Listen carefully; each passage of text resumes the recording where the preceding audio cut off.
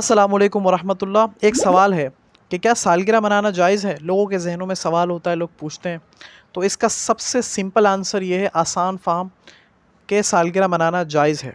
कोई भी चीज़ नाजायज़ उस सूरत में होती है जब गैर मुस्लिमों का वो या तो कौमी शियार हो या मजहबी शियार हो।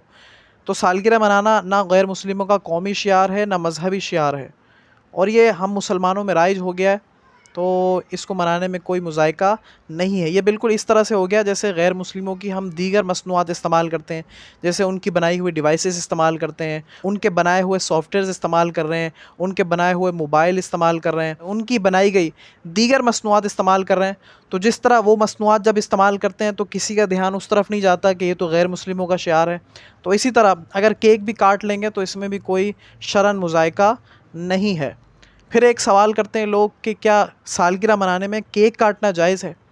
तो देखिए, ये भी लोगों का भोलापन है कि पूरी की पूरी रस्म ही उनकी तरफ से आई है, तो केक काटना भी जायज़ है। जब दीगर चीज़ें जायज़ हैं तो केक काटना भी जायज़ है। हाँ, अभी रबीउल अव्वल के अय्याम आने वाले हैं, तो इन अय्याम के अंदर लोग मस्जिद नबवी बना देते हैं, केक के ऊपर आप सल्लल्लाहु अलैहि वसल्लम का नाम नामी इसमें गिरामी लिख देते हैं, या कोई दीन से रिलेटेड कोई चीज़ उस पर प्रिंट कर देते हैं, बना देते हैं, लिख देते हैं। तो इन चीज़ों से गुरेज़ करना चाहिए, क्योंकि फिर वो केक हम काटेंगे, फिर लोगों में तकसीम करेंगे, फिर खाएँगे, तो इसके अंदर एक बेअदबी का फैक्टर होता है। अदरवाइज़ मुतलकन सालगिरह मनाना जायज़ है।